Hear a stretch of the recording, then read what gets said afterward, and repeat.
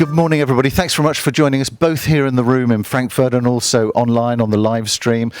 Really interesting discussion we've got today. Everybody will have seen the huge changes that there have been, even since we were here last looking at the debt and finance markets.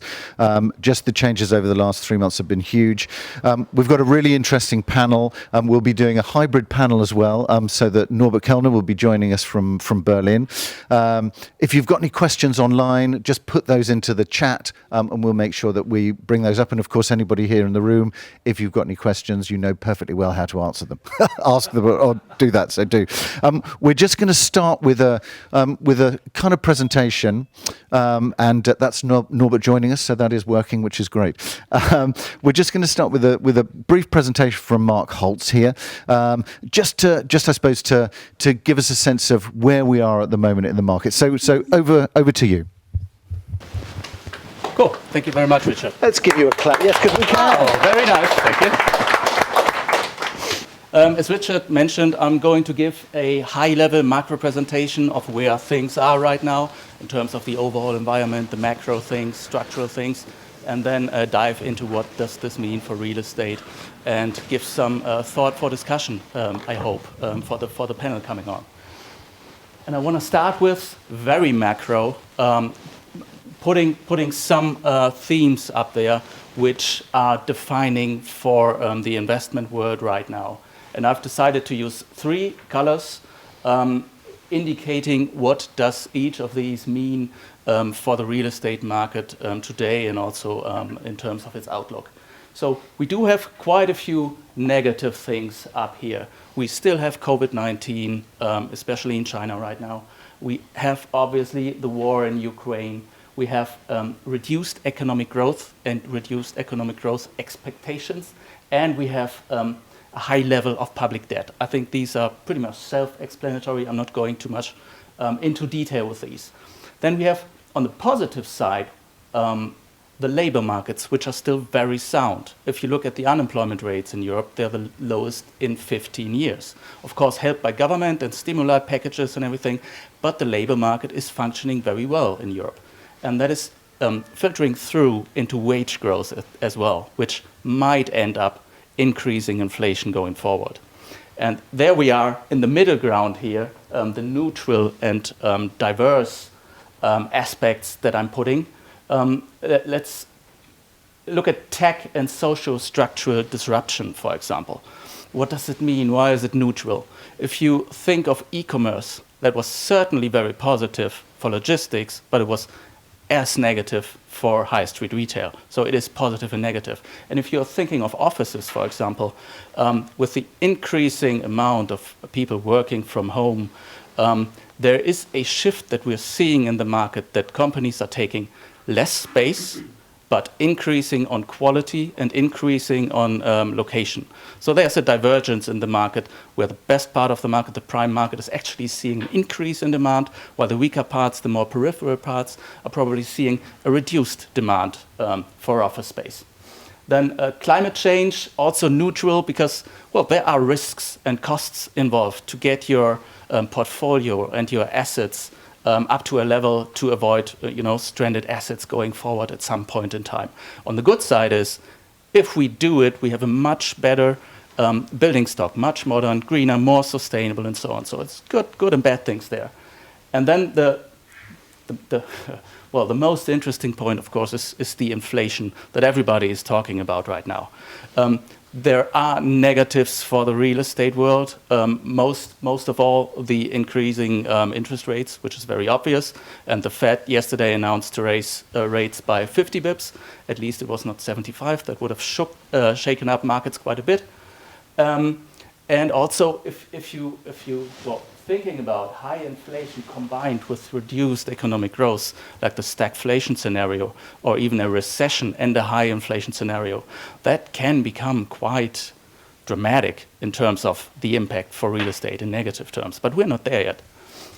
But there's also positives. I mean, real estate typically carries characteristics of inflation hedge. Most of the leases are indexed to inflation. So as inflation is going up, your income is going up, and that is generally good for the market. in the end, in the long run, there's a risk that you have that you're ending up in an over-rent situation, that your rent is increasing with inflation and the market didn't move with it. So once the rent ends, the lease ends, you have to readjust to the market and you might fall back. So the long-term inflation hedge very much depends on the asset quality and the market quality. And so it's always coming back to asset and market quality, basically. Well, that's the structural economics side. Now let's have a look at the real estate side. Again, there we have positives and negatives. The most striking negative here is the increase in cost of finance that we are witnessing over the last 2 or 3 months, almost by a daily basis. Interest cost of finance is going up. On the neutral and diverse side, I've put rising cost of construction. Now, you might think this is why could this be any positive? But thinking from a developer perspective, it clearly is negative to have rising cost of construction.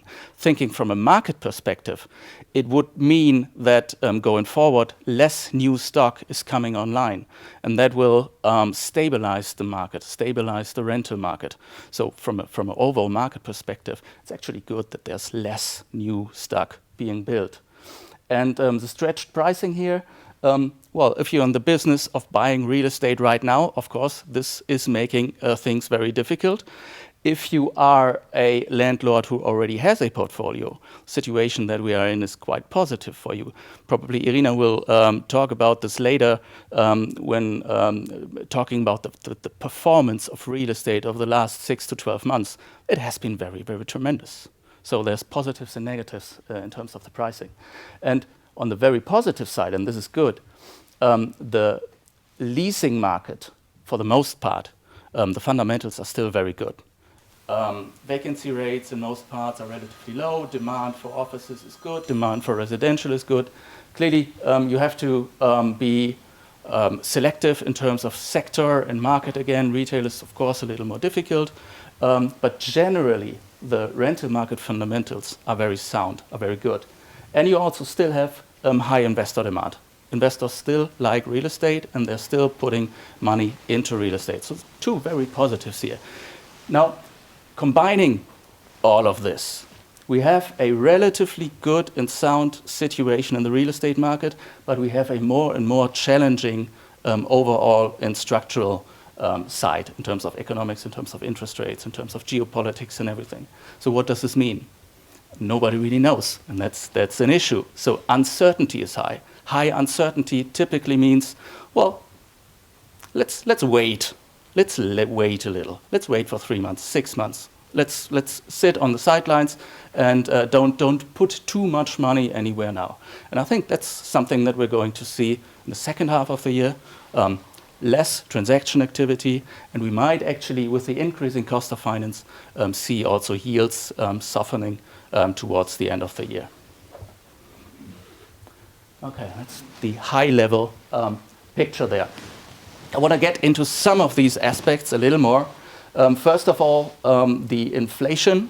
I like this chart very much. It's an unusual way of talking about inflation. It is just how many times have Germans Googled the word inflation. And as you can see, by far, by a large margin, the most in the last 25 years. So the broad public is very concerned about inflation. And that's interesting, because when you're concerned about inflation and that your money is worth less in 6 or 12 months, you start spending more. And when you spend more, when you buy more, that is actually increasing inflation again. So it's sort of a self-fulfilling prophecy that we might see here. I just put it there because I like the chart. I'm not going to talk about it too much.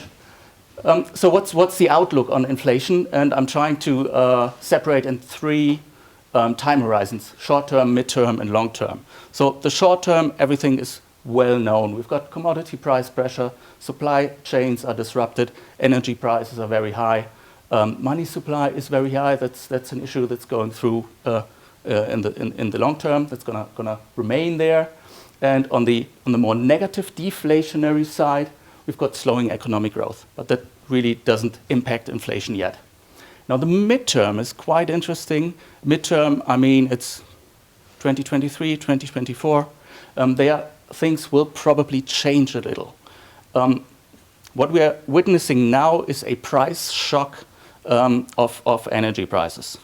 And thinking about a normalization of prices, which is likely next year and the year after, would mean that prices for oil, gas, heating, etc. would fall. So there's a deflationary component probably coming through in the next year. So I don't think this will cause inflation in general to be negative or even low, because there are other aspects that will drive inflation going forward. That's most of our food prices, and that are goods that are dependent on things that are expensive to produce today. So everything, for example, that is dependent on steel will be more expensive next year, including construction, for example. So there's different drivers going forward. And also, what we're seeing now is that wages are going up. We've got rising wages, as I said earlier. That's going to be a driver of inflation over the next 2 years, I think. And in the long run, very, very, very difficult to say, but I expect inflation over the next, let's say, 10, 15 years to be higher than inflation over the last 10 and 15 years. It's going to be structurally higher than it was, probably going to be higher than the 2% target that the ECB has. The main reason for this is demographics. As we're aging, we cannot attend the workforce anymore, so less people being able to work, scarcity of labor will increase wages, and that will probably drive the inflation in the long run higher than it was in the past.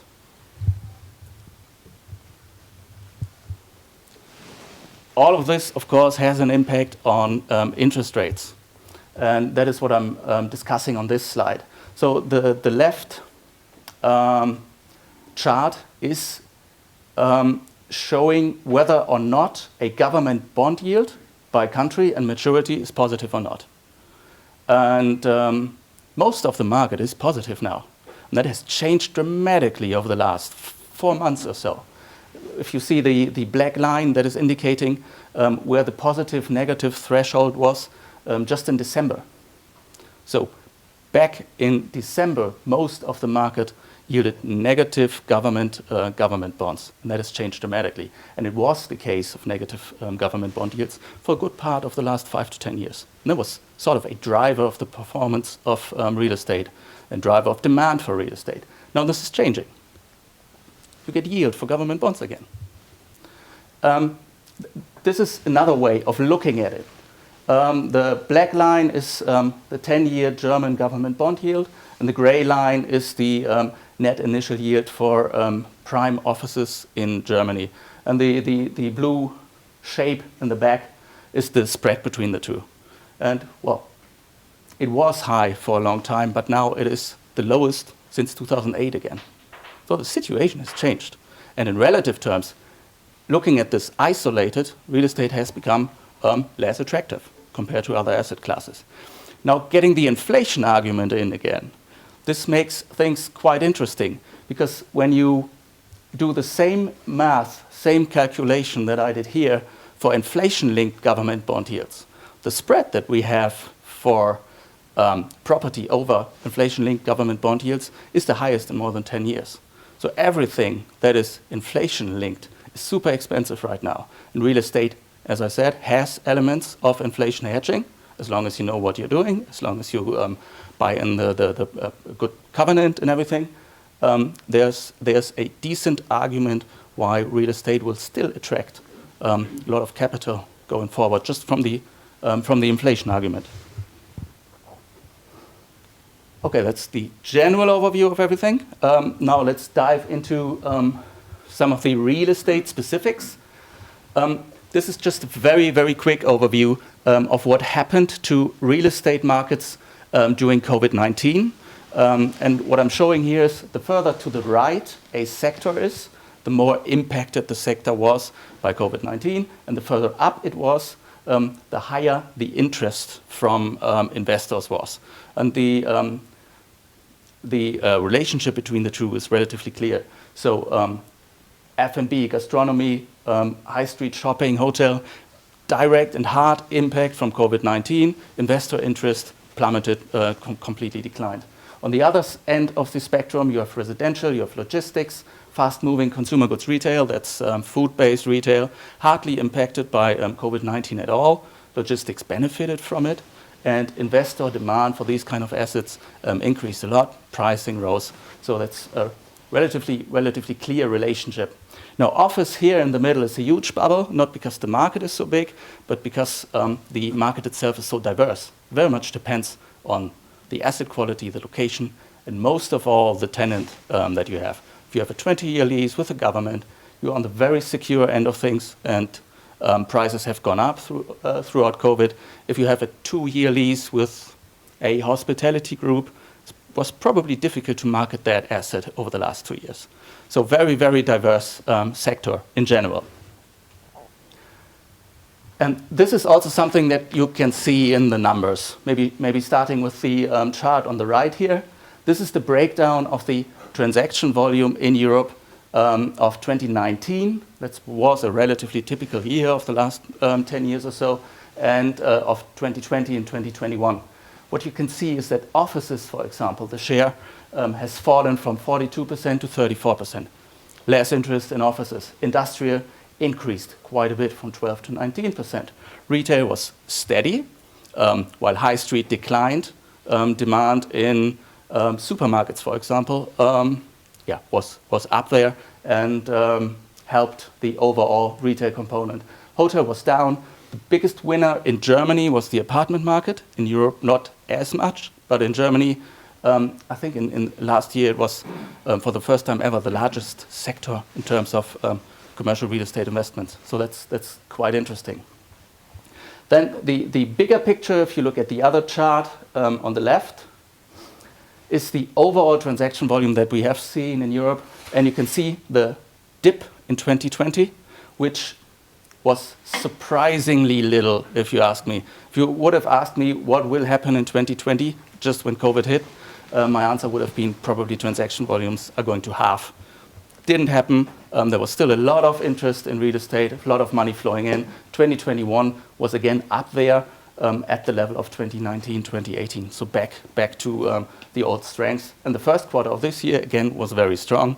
If you would annualize that, you would come out somewhere at the 2020 level, 2021 level. Now, as I said, I don't think that's going to happen because the second half of the year will probably be much slower. So we will likely end up somewhere at the 2020 values, maybe a little below that. So that's the investment side of things. Now talking about the debt finance side of things, the private real estate debt side of things. This is still a relatively new asset class in Europe. This chart is showing the new funds that have been incepted by year, and and the total capital raised. And as you can see, between 2005 and 2010, maybe the market was hardly existent in Europe, and that's totally different to the situation in the US or in Asia. And since then, it changed rapidly. Many new funds have been opened to the public, and the capital raised here constantly has gone up. And what is interesting, other than the investment market, in 2020 the new funds actually was the second highest year ever, and the money that was collected there was actually very strong. Why is that? Because banks in uncertain times are a little bit risk averse, reduce their lending. And in this gap, the private real estate lenders just got in and make a good business there. What else is driving the private real estate market? It is returns and the return profile. What we have here is, I'm using the USA as a proxy because it's much more transparent and much easier to analyze because these numbers simply don't exist in Europe. What we have here is the total returns for the real estate debt and the real estate equity markets. And there's two things that you can see very easily. First of all, real estate equity is much more volatile.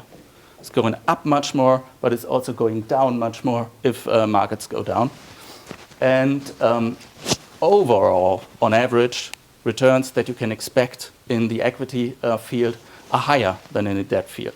So that's indicated also on the table down here. On average, you get 10.1% total returns on the equity side, while debt was roughly 6%. Now, looking at the volatility, it's much more volatile in the equity markets with 10.5% compared to 4%. And if you combine the two, the return that you get per volatility is actually a little higher in the real estate debt market than in the equity market. So if you're looking for relatively stable income that is comparable on the long run to equity, well, look at the real estate debt market. And one last thing that we have analyzed in-house is how has the market behaved throughout COVID-19. What we have seen in the equity space is that investment opportunities in the equity realm have pretty much collapsed. The market was dead for like 6 months. Hardly any opportunities were there. The situation was completely different in the debt universe. We had so many opportunities to invest in private debt because the classic lenders, the classic banks, have been risk averse and reduced their commitments there. So it seems like from a capital allocation potential that the debt side of things is a little more crisis-proof than, or much more than the equity side. So you can actually put your money to work even in times of crisis. And that's the overall overview of the markets right now. Hopefully some points to discuss later for you, but Richard, I'm sure you'll ask those questions. Great, thanks very much, Mark. Super. Thanks very much, Mark. Really, really interesting discussion there. So let's just start with some quick introductions. Maybe Norbert, let's start with you. So quick introduction of yourself and the company. Yeah, thank you very much that I can join here, and a big hello from Berlin again. My name is Norbert Körner. I'm head of syndication at Berlin Hüb. Yeah, in a quick nutshell, let's say what is Berlin Hüb? Berlin Hüb is one of the leading German mortgage banks. We are active in Germany, of course, but also in Netherlands, Belgium, Luxembourg, France, Poland, and Czechia.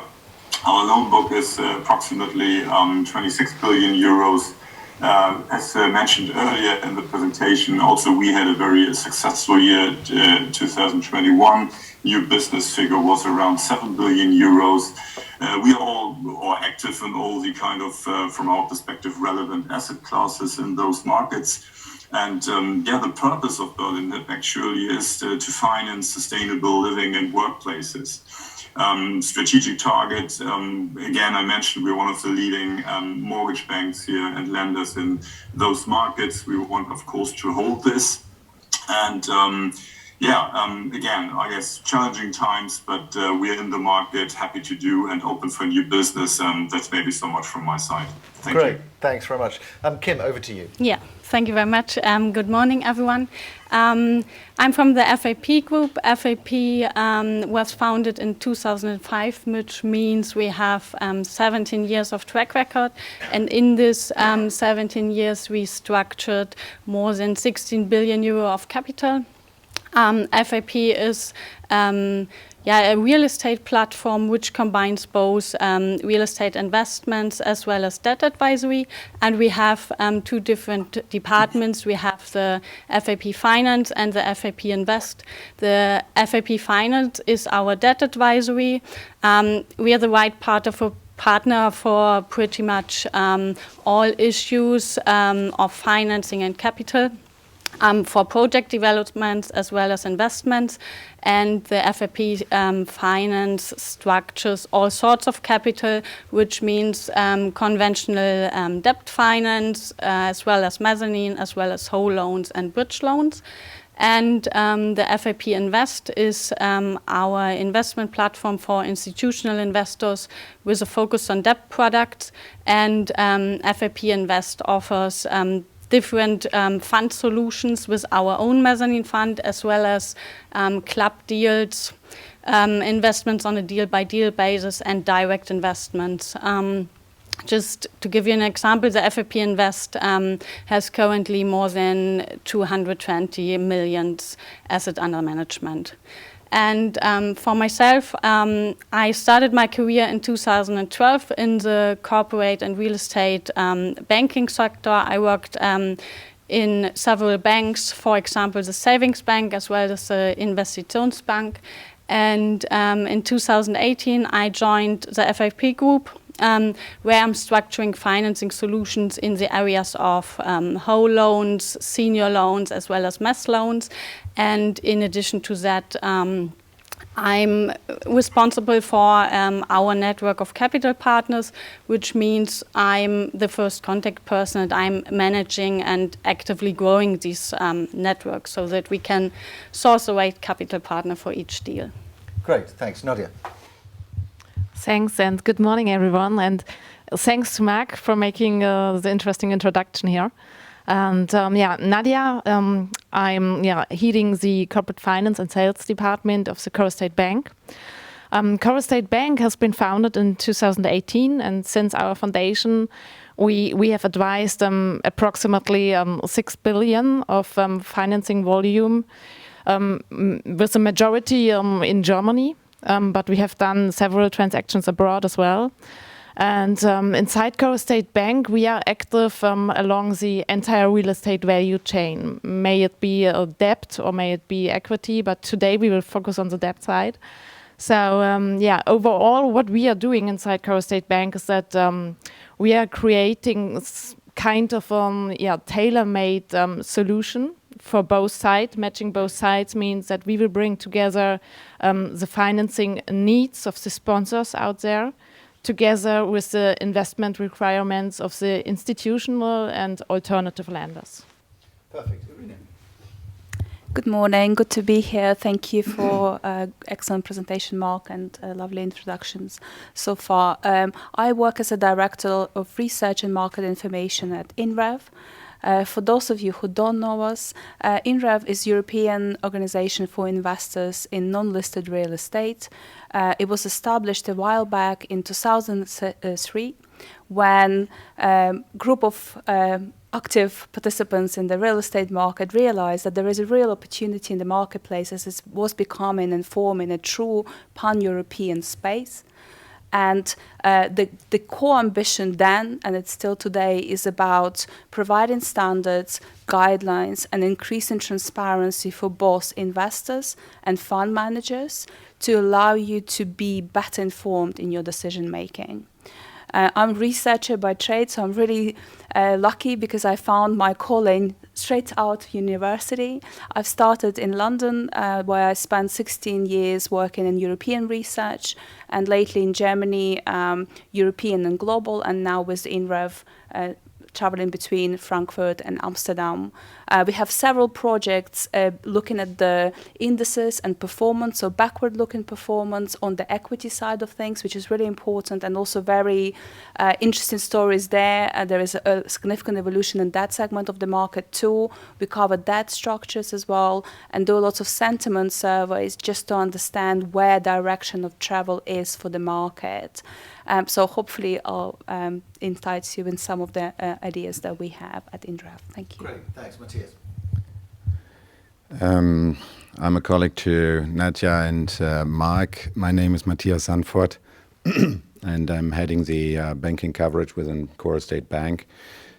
Together with my team, we are the communicative entry gate to Coral State senior secured real estate debt. So regardless, is that for our own balance sheet, for joint ventures, or for fund vehicles we manage. And to myself, I'm more than 20 years in real estate lending. I've worked for several banks, national and internationally. And our core responsibility today is to source European-wide bank secured debt for investments by core state, and we offer that also to third parties in the market as part of our debt advisory business. Great, and thanks very much to the team here at Core Estate for hosting us today. That's great. For those who don't know, my name's Richard Betts, and we run around 70 of these events a year, and increasingly are now, thankfully, back both in hybrid but in person again, which is great. And if you need to know any more, I'm not going to tell you. Have a look online; you'll soon find it out. Good. Let's start maybe just quickly with you, Irina. Just in terms of, I mentioned before that there's been such a huge change, and Mark obviously highlighted that in the presentation around some of the challenges in the market. But I suppose, how are you seeing that in terms of what the investors are thinking? Are they seeing a pause, like Mark suggested? And actually, we heard a little bit in Warsaw as well last week. What's your sense of that? Well, I think there are some things which are temporary, and there are some things which are more trends or structural. I think I can say from both the equity side for Europe and the debt side, when it comes to real estate, there is a lot of pent-up demand for non-listed real estate as an asset class. And I think, wherever the circumstance is, it will be difficult to see that change dramatically in the foreseeable future. So I think that's the big picture.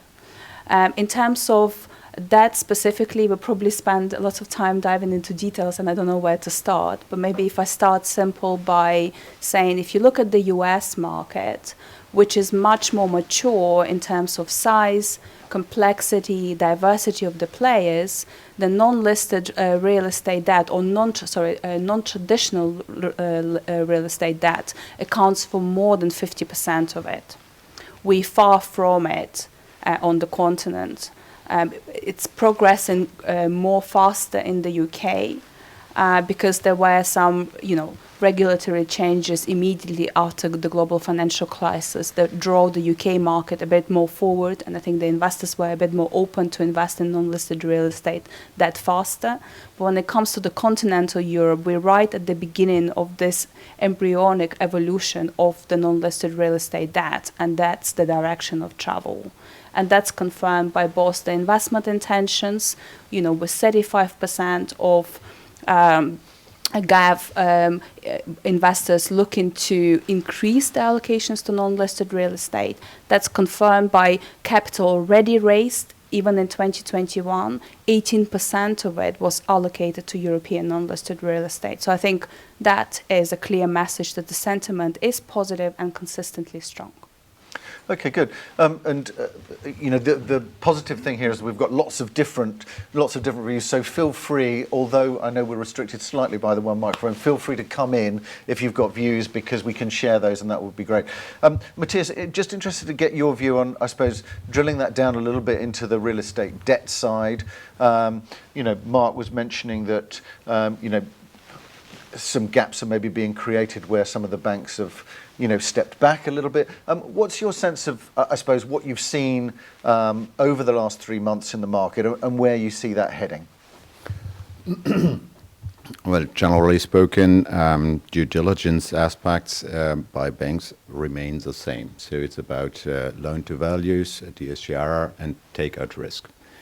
So with rising interest rates, so levels simply change, but have to deliver the same answer, so sustainable. That doesn't necessarily meet the debt quantum demanded by borrowers. And I think, personal experience here at Core Estate is, as we represent mostly for Core Estate on behalf of the fund vehicles, more conservative lending profiles. So we have seen no difficulties and no change in behaviors. So, but having a discussion with the banks, and we're covering almost all in Germany, I would say, and are in a steady contact. So then you get a response that quantum cannot be met in total by a bank alone. So that needs a more creative solution. So that is an entry gate for alternative debt and subordinated lenders. But that also needs an adjustment in banks' behavior to allow to let subordinated lenders in. And overall, and we most likely come to that at a later stage. So, and just to pick up what Mark said, and what is general sentiment about rising interest rates and inflation, so that has a tremendous impact also on construction lending, because there is a number of uncertainties, and generally spoken, that uncertainties will be met by equity. Okay, good. Norbert, it'd be interesting just to get your kind of sense of that. You know, there's been a lot of discussion about the banks kind of stepping back from certain areas. I suppose, has your strategy changed? Do you just see this as part of, I suppose, your overall assessment, an ongoing assessment of risk in the market? What's your sense of where you are at the moment?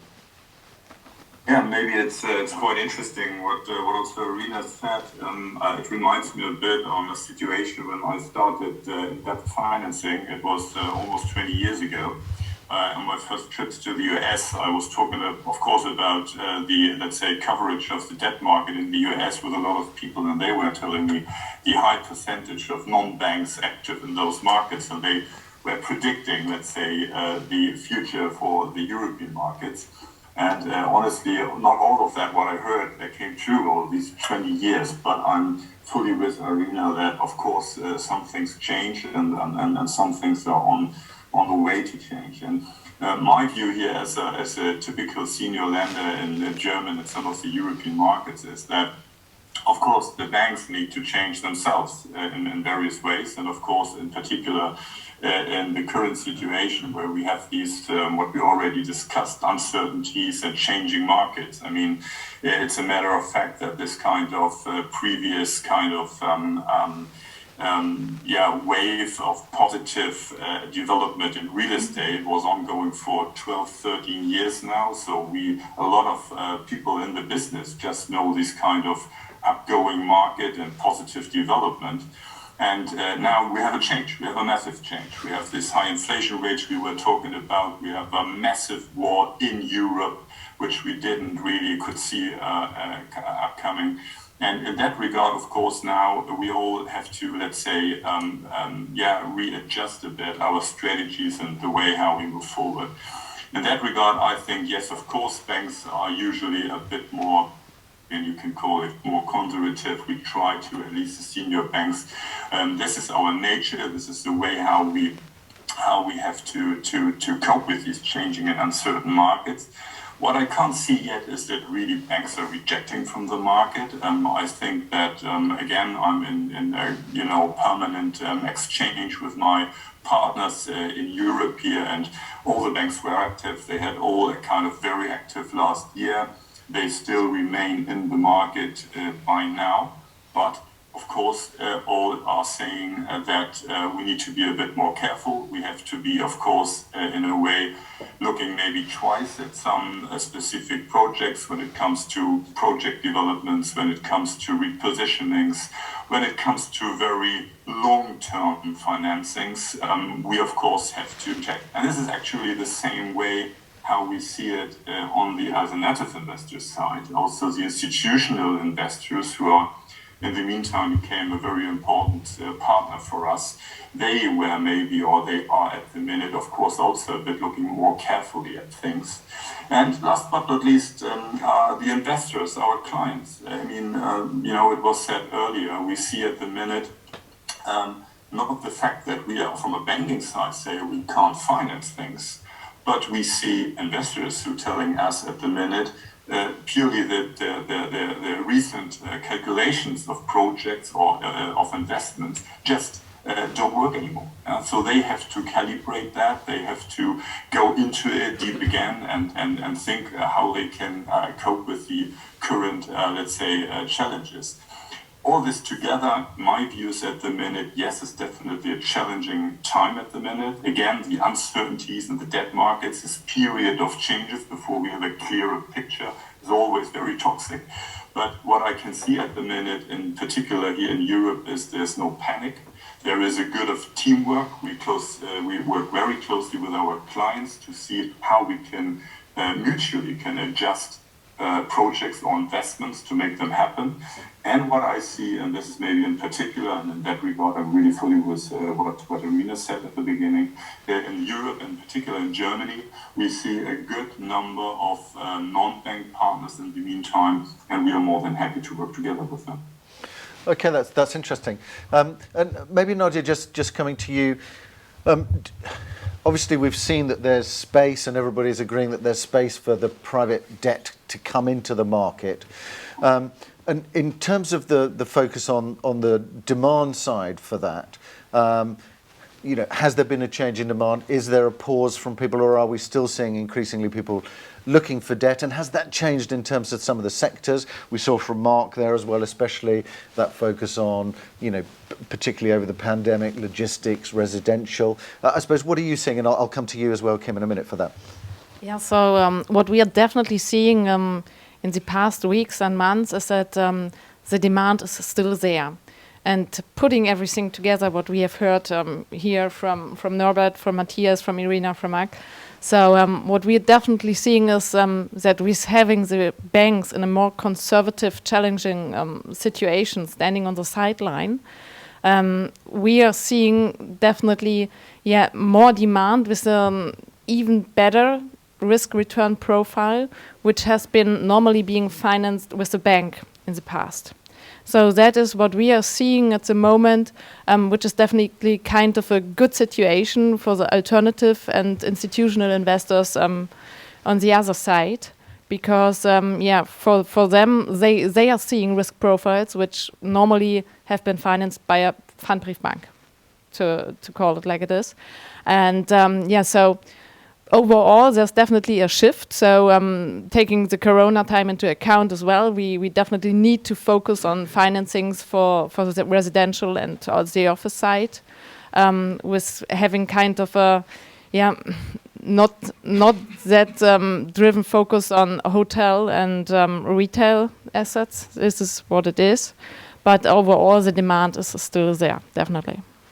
Okay, good. And Kim, in terms of the demand side, what are you seeing from the borrowers? What are they looking for, both in terms of structures, I suppose? Are we seeing, increasingly more, I suppose, collaboration between the traditional banks and also some of the alternative lenders? So in general, we see a huge number of alternative lenders are still coming into the market. We see that for the maybe last 3 years. And that could be credit funds as well as institutional lenders. And if we speak about institutional lenders, we mean insurance company or pension funds.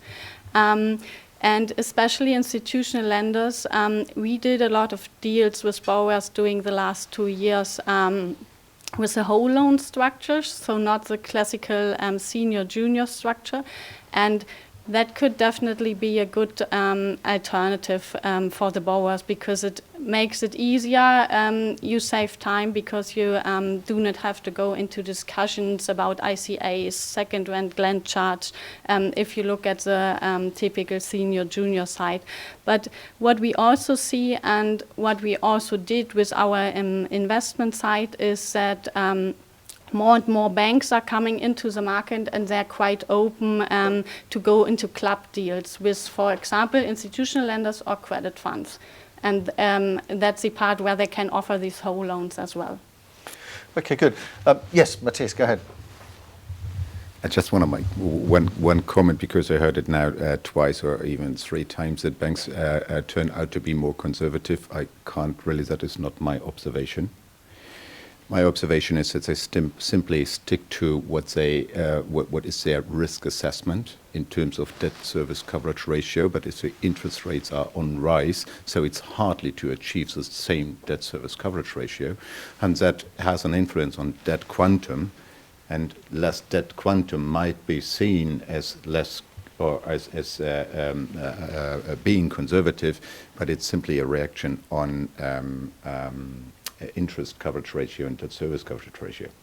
But generally, just to say that. And that also explains why you can say banks also partnering with alternative investors to lend on certain projects. And it doesn't matter for being, is that pari passu or is that A-B structure, senior, junior, so generally spoken. Good. Norbert, do you want to pick up on that as well? Is that kind of what's driving it for you in a way as a bank? Yeah, happy to comment that. I mean, I'm on the one hand, I'm with Matthias, and of course, Matthias was long enough on the banking side to know this. But what I would say is, and what I see here in particular in Germany, when we are discussing this kind of how do we really work together with credit funds? When you look at the mezzanine lending space. When I was in London, I was often, contacted, and people talk to me, why are not that many credit funds active in the mezzanine business in Germany, 5 years ago, maybe 8 years ago. It was purely because the German banks, and in particular the German mortgage banks, were able and willing to lend relatively high LTV levels. So you could, let's say, as an investor, get a kind of quite high, big loan number or loan figure, paying a whole loan up to 75%. Yeah, maybe not in the same way, but quite comparable also in other European countries.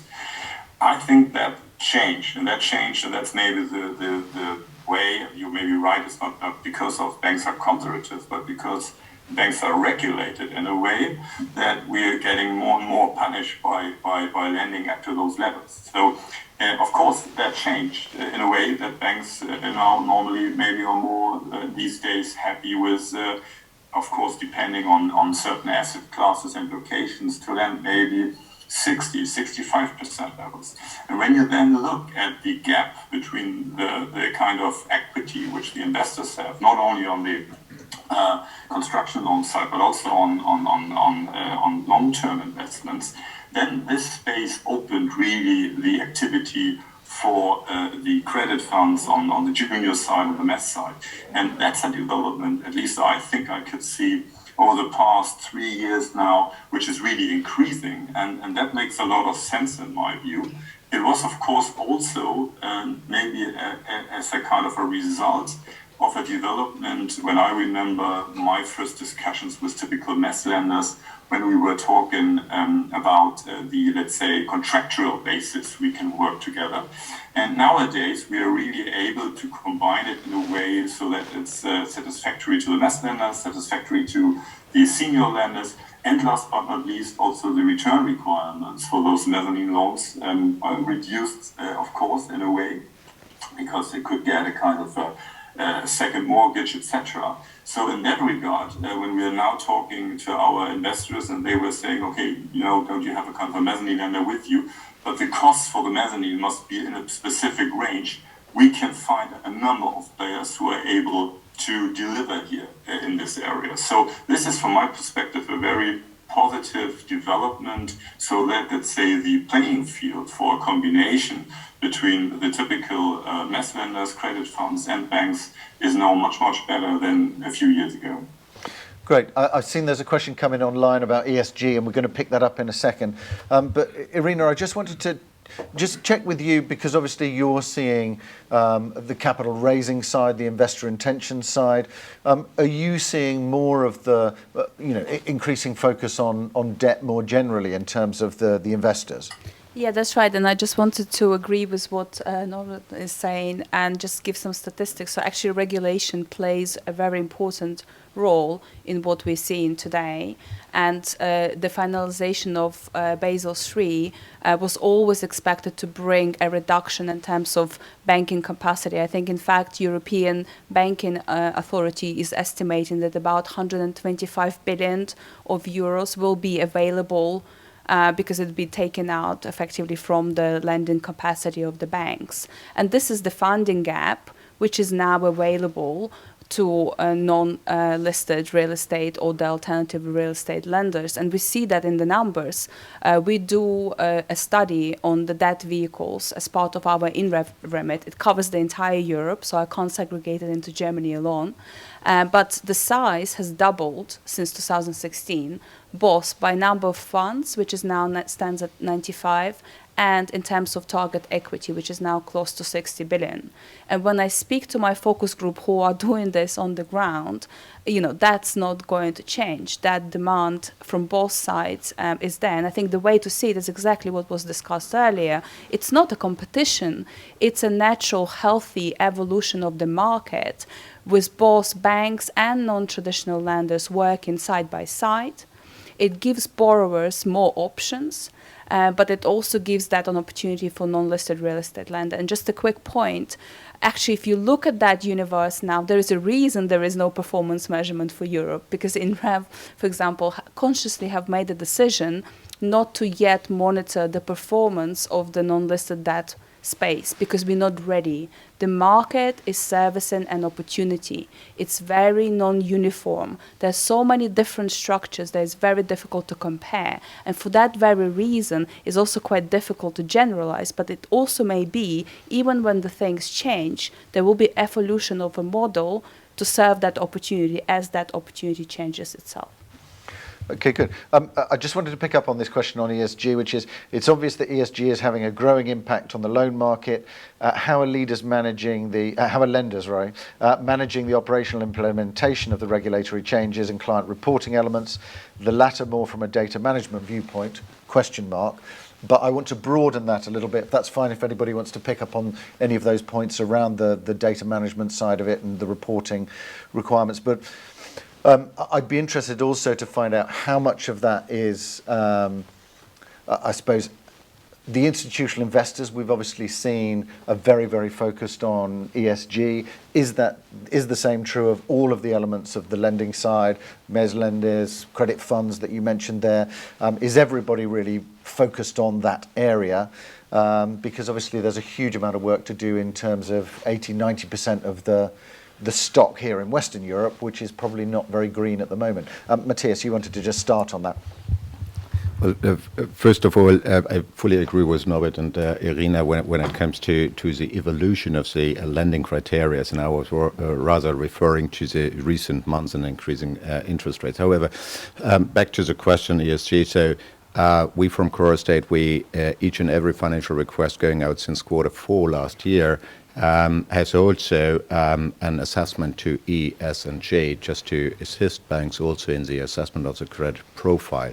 So number one. And number two, so banks frequently request us to fill a certain ESG questionnaires, and we're happy to do so and to assist, because that is also a regulatory requirement. So that and Corostate and its asset management team is also prepared to do that. So, but that will be generally a response to be found by the market, by the borrowers, to prepare themselves on answering this kind of question all around E, S, and J. So within Corostate, we have our own team for that, 5 people, so we were prepared to that, but that is what I can say at the moment. Okay, good. Yep. Just to add, your question regarding, is there kind of a difference between institutional or alternative lenders? So the overall topic ESG, this has been accelerated especially in the past months, definitely. So it's a topic for all investors out there, and what you can see is that there is definitely. It's an even more important topic for the institutional investors, and it's also an important topic for the alternative lenders. But I would say the overall problem is still that there is no final regulatory framework. So it's a topic for all of the lenders out there. But the way of interpreting it, it's kind of different between institutional alternative lenders. Kim, did you want to pick, because you've been working quite a lot with the mezz lenders, I think. Yes. So first of all, I agree that it's a topic for pretty much all kind of lenders. But what we see in the market is that it's, like Matthias said, is really a big topic for institutional lenders, and they are especially looking for green projects and everything. But what we see for credit funds is that they are not willing to reject a project in part of ESG. So I think for credit funds, maybe not all of them, but most of them, the returns options is more important than ESG at the moment.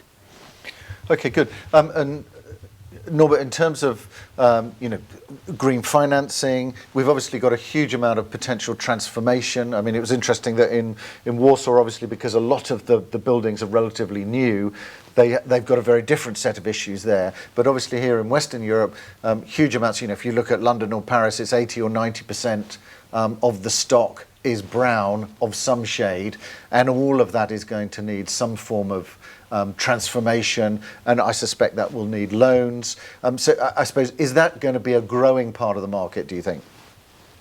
Definitely. I mean, allow me maybe a few words on the ESG impact overall. I think I just can confirm what the other speakers said, and I mean, we see it here as Berlin Hub. I guess we can say that we are here a bit of a let's say, unique bank, maybe even in Europe or worldwide, because we put a big important strength on this topic quite 7 years ago when we issued our first green bond. This is a massive, important area for us.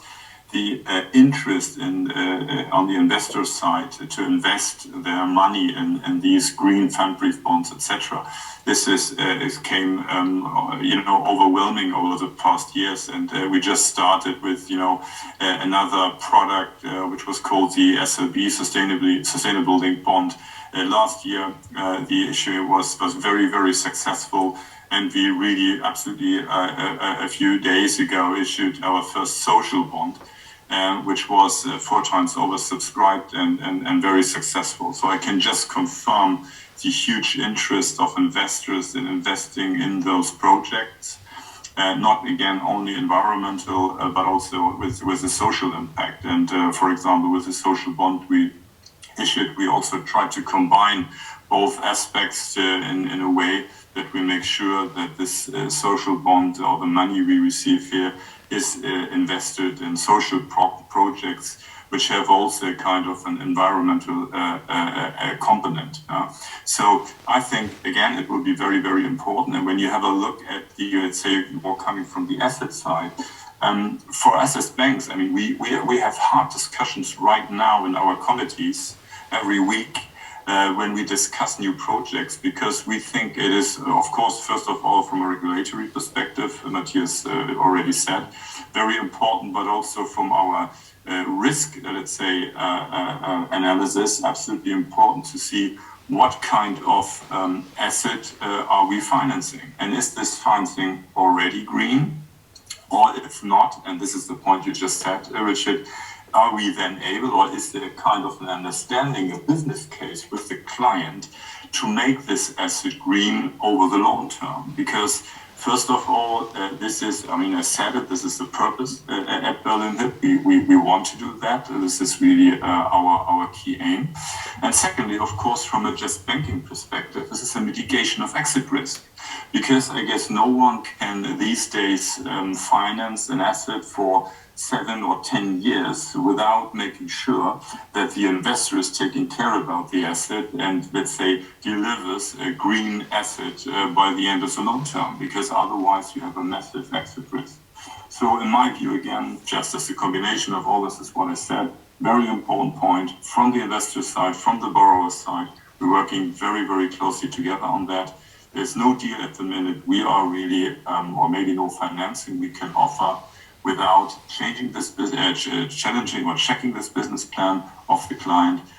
We have questionnaires which we have to fill in together with the client to rate the level of ESG, let's say, and only if this is a positive, if there's a positive result, we can get a go to finance that. Okay, great. There were some other people. Sorry, because I can talk a little bit of what are we doing about it. So at INRAV, we just launched a very special project looking at the asset level information in Europe, just to try to understand better what is the situation in terms of obsolescence on stranded assets. And if you look at the greenhouse consumption or the energy utilization and compare that to the CRREM pathways in our sample at this point in time, by sometime in the year 2038, 39, depending which market you're in, about half of the assets will be stranded if nothing is done.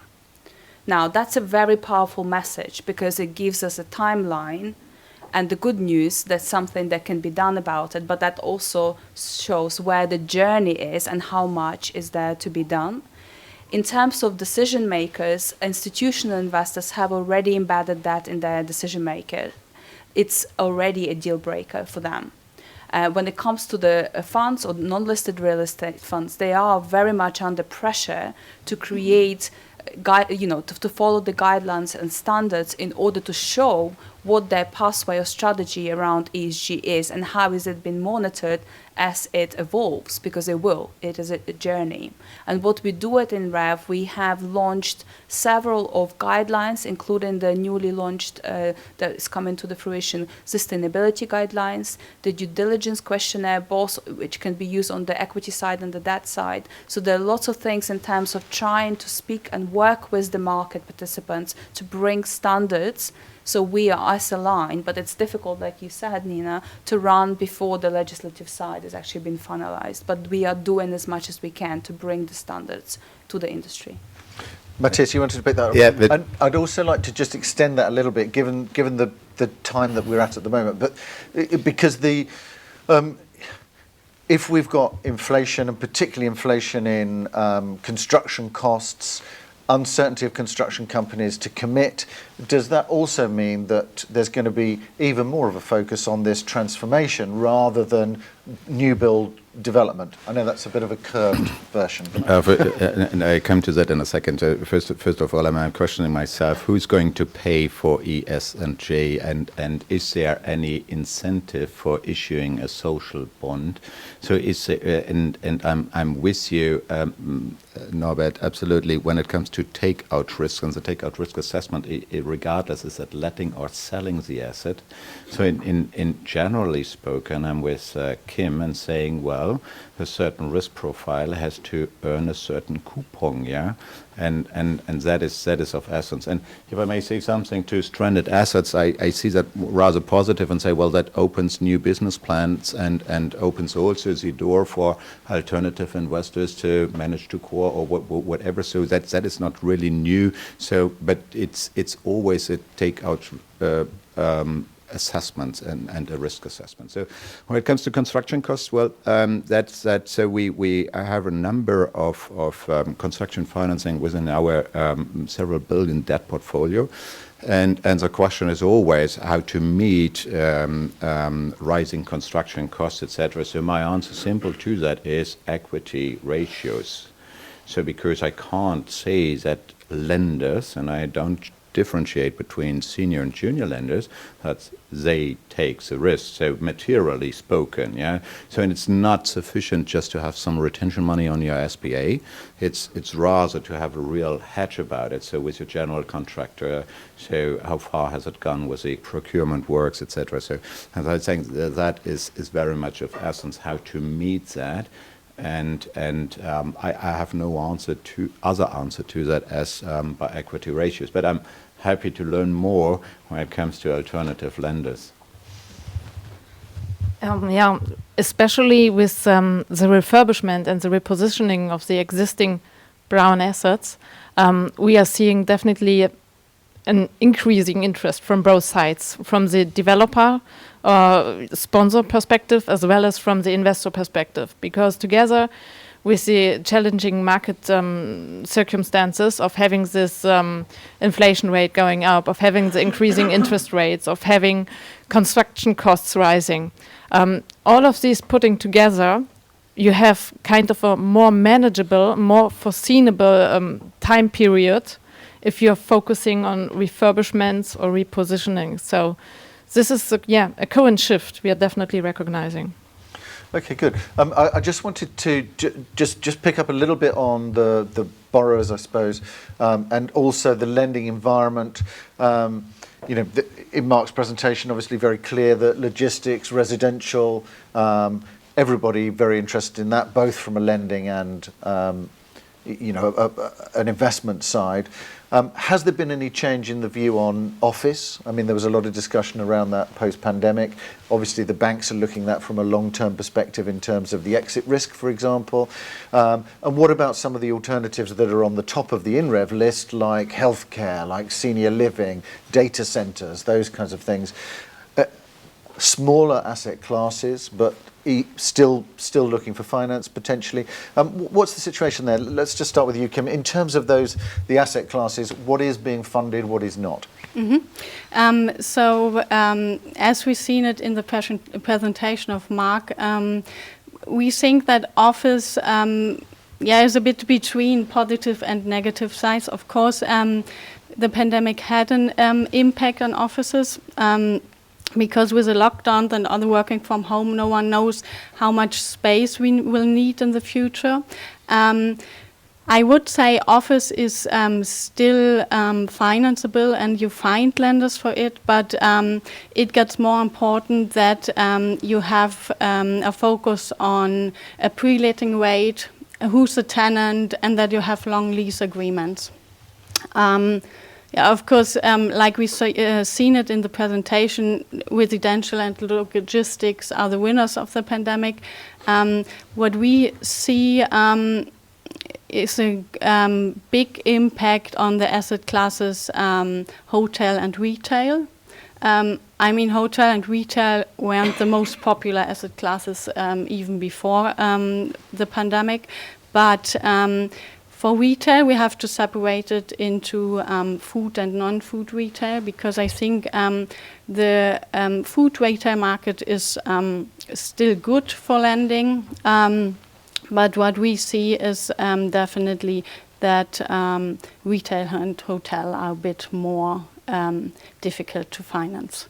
In the sector of health market, I would say that there are special lenders for that, because not every senior lender and not every alternative lender is financing in the asset class healthcare. But if you look at the market for special senior lenders who focus on that part, I think it is easy to find someone that is lending this. Okay, good. And Norbert, just coming to you, have you changed any of your views on retail or on office, for example? Because office would have been absolutely cast iron before the pandemic. So are there any kind of changing views and maybe more of a close look at some of those alternatives, particularly things like senior living maybe, or those kinds of things that fit in a residential bucket, less maybe so than healthcare, for example? Yeah, maybe what Mark mentioned in his presentation, I just can confirm with this slide where he now gave us a bit of an overview of how people see the different asset classes, very much in line with what our view is. I think, I was recently asked, I guess it was at the MIPIM, if we do think now is the right time to finance data centers. Again, maybe I'm too long in this business, but it's always a kind of, after a while, people asking those questions, and my standard response is, no, we don't, but even if how many of those you can really finance, right? So, it's a bit of, you can do that maybe, and for some people it could be of interest, but this will be not a kind of a sufficient part of our strategy moving forward. When it comes to the discussion about healthcare, of course, this is maybe a topic which is always, in my view, interesting, but this is always a very kind of strategic impact, because, of course, you're talking then about a really different asset class, because you have a kind of a managing asset rather than a kind of non-managed property. And in that regard, I personally think it really depends on, how you as a bank or even an alternative lender think the way how you would like to act with your teams. Do you have the right staff for that on board, etc.? So I think this is nothing where you can really change quickly. So far, I can say this is not our cup of tea. Maybe last sentence on the changes in the asset classes. All again, what was said, residential, highly attractive, logistic, in particular when it comes to food related logistics, very attractive. Office is of course not clear, because you have this kind of, when you can say so, winners and losers when it comes to specific office constellations. I think nowadays it's really important that you have something which reflects also the need on the digital development, not to forget. Also, of course, what we said ESG-wise. And then I think you have these kind of assets which are maybe brand new, which fulfill a lot of those criteria immediately. Then, of course, we are more than happy to finance that with a good rental contract, etc. And when it comes to something which is maybe in between, where you think, there is a lot of sense and a good business plan to make this change from maybe a kind of an older office into a new business, sustainable business, energy efficient, digitally equipped office, then it could be also very interesting. And by the way, of course, then the return is, of course, also for us then much better. So we like it as well.